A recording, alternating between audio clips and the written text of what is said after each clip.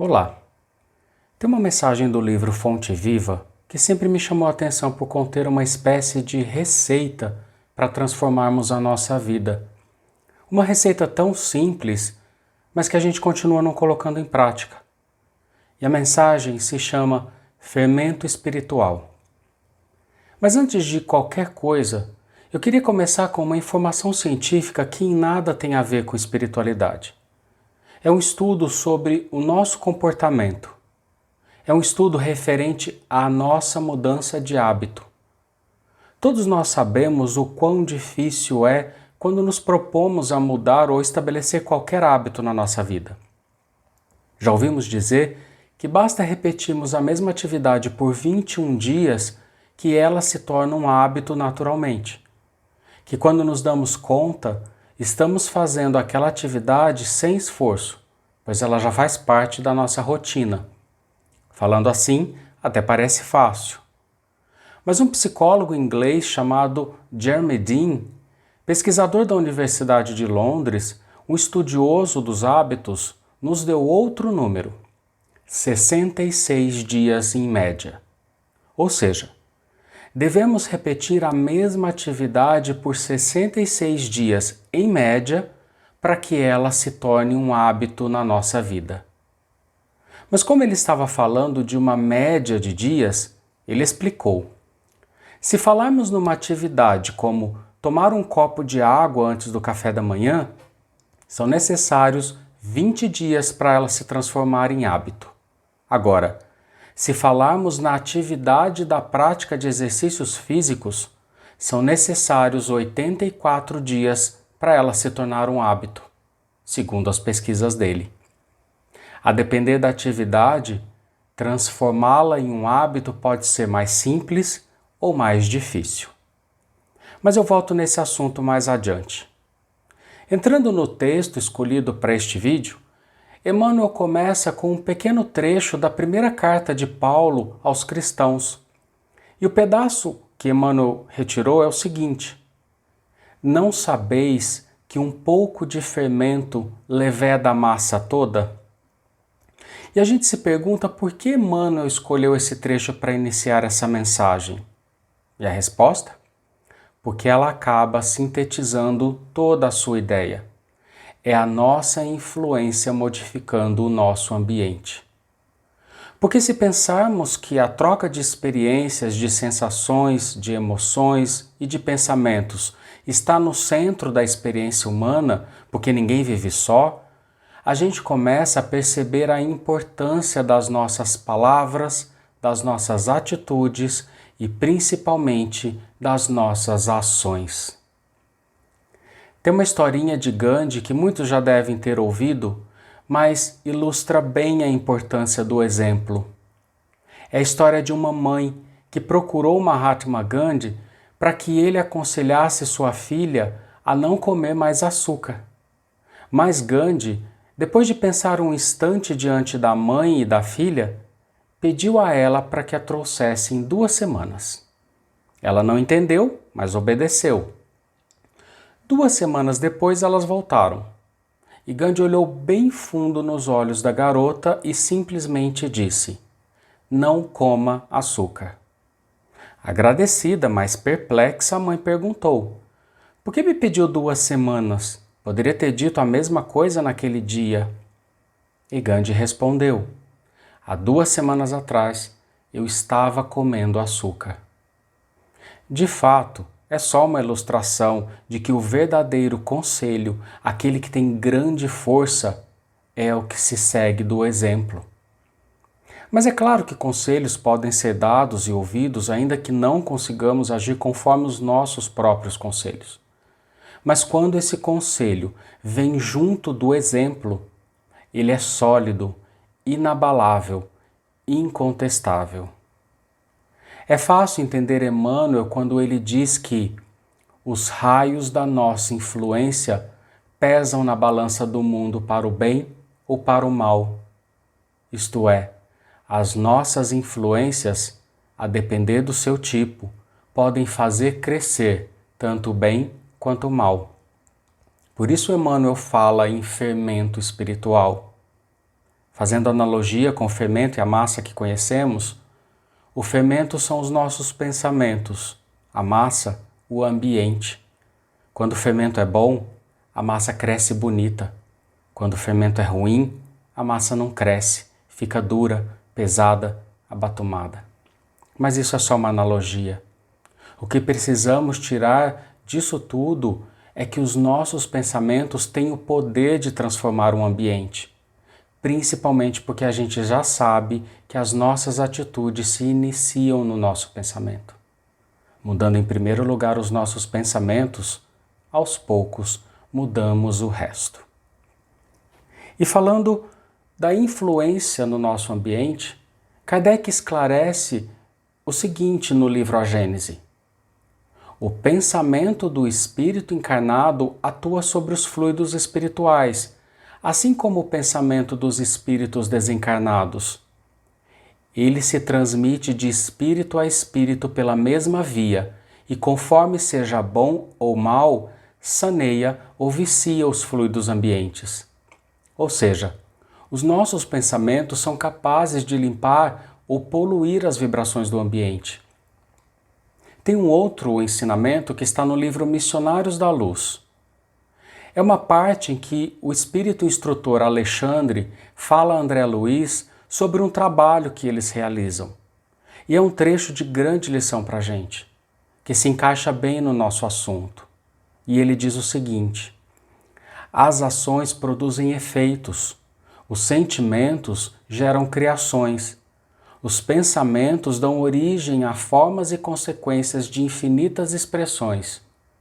E em virtude de cada espírito representar um universo por si, cada um de nós é responsável pela emissão das forças que lançamos em circulação nas correntes da vida. E é isso. Se quisermos mudar alguma coisa, essa mudança tem que partir da gente. E ela pode começar no pensamento. É desse fermento que Emmanuel fala. Que limpemos o fermento ruim que ainda existe em nós e cultivemos o bom, aquele que faz o ambiente harmonioso. E quando falamos em ambiente, falamos daquele espaço que nos cerca, esteja onde estivermos. Quando temos esse nosso entorno em harmonia e equilibrado, não há espaço para o mal. Ele até pode existir ao nosso redor, mas não vai nos atingir, não vai ter força. Conseguiremos lidar com o mal conforme Jesus nos ensinou. E está no Evangelho segundo o Espiritismo, em um capítulo bem curto que se chama Bem-aventurados os mansos e pacíficos. Nele, Jesus estabelece como lei a doçura, a moderação, a brandura, a afabilidade e a paciência, condenando, por outro lado, a cólera, a violência e qualquer expressão descortês. Somos nós fazendo o nosso próprio ambiente. E mais à frente, esse mesmo capítulo continua nos dando a receita de como devemos lidar com aquele que continua tentando poluir o nosso ambiente. É a parte que fala especificamente da paciência. Lá diz que a paciência também é uma caridade e deveis praticar a lei da caridade ensinada pelo Cristo. Quando a lei do amor e da caridade for a lei da humanidade, não haverá mais egoísmo. E de acordo com a lei do progresso, assim será a Terra, um mundo feliz, sem lugar para aqueles que resistem ao bem, que se verão afastados daqui por não terem espaço. É o ambiente maior sendo regenerado. Que sejamos aqueles que se entregam ao bem, que buscam o progresso espiritual. E pegando esses sentimentos e tentando colocá-los em prática, e considerando que já conseguimos expurgar boa parte dos nossos maus pensamentos, o que fazer quando convivemos com alguém que cultiva esse fermento espiritual ruim, que acaba espalhando atitudes que desequilibram o nosso ambiente, que tentamos manter são? Alguns usam a metáfora da laranja podre. Quando há uma laranja podre no cesto, retire-a e jogue-a no lixo, para que ela não contamine as outras boas. Eu prefiro usar uma outra metáfora, a da pessoa com uma doença contagiosa.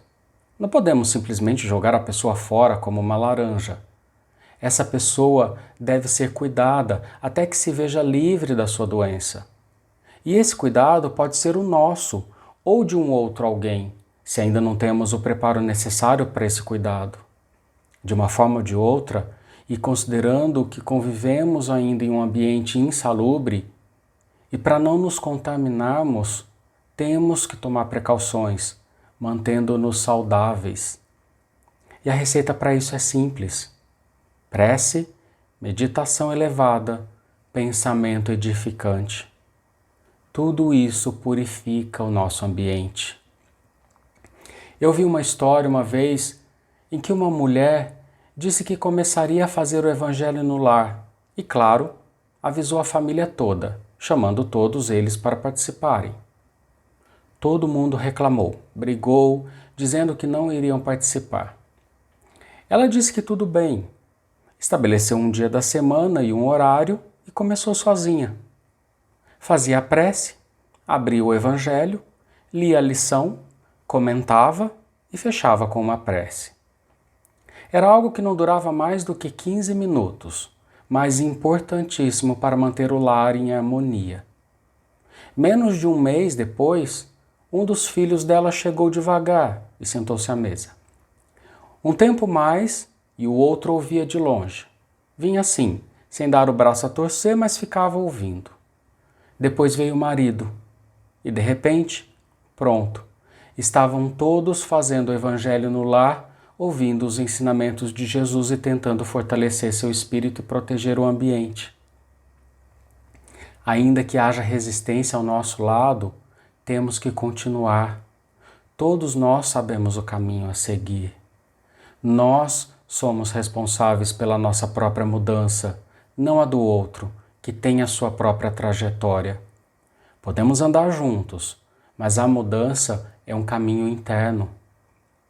E falando da relação com os que nos rodeiam, e fechando a lição, tem uma pergunta do Livro dos Espíritos em que Kardec questiona qual é o verdadeiro sentido da caridade, e a resposta é curta: benevolência com todos, indulgência com as imperfeições dos outros, perdão das ofensas. Que a mudança parta de nós, que com a nossa mudança, aquela mudança de pensamento e depois de atitude, sirva de exemplo e o outro mude também um dia. E eu repito, ainda que o outro não mude, se a gente mudar de verdade, o que antes nos incomodava e nos desequilibrava, passará por nós sem nem mesmo percebermos. É difícil, não é fácil, mas é devagar, é hábito. E aí eu volto naquela pesquisa do hábito. É fácil mudar a rotina para beber um copo de água antes do café da manhã até que isso vire um hábito. É um pouco mais difícil mudar a rotina para fazer exercícios físicos até que se torne um hábito.